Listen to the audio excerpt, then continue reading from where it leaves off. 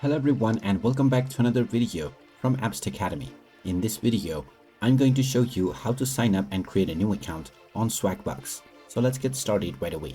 First of all, open up the Swagbucks application on your smartphone and you will now see the intro screen where you will see the continue with Google as well as the email option.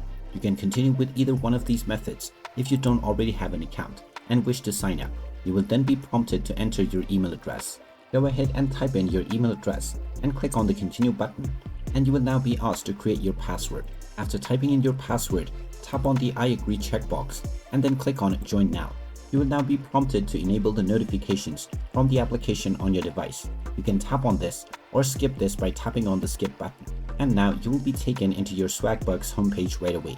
You may now start to participate in various different surveys and offer in order to earn your Swagbucks. Make sure to also check the inbox of the email address that you used while signing up, as you will be likely to see the confirm email address button.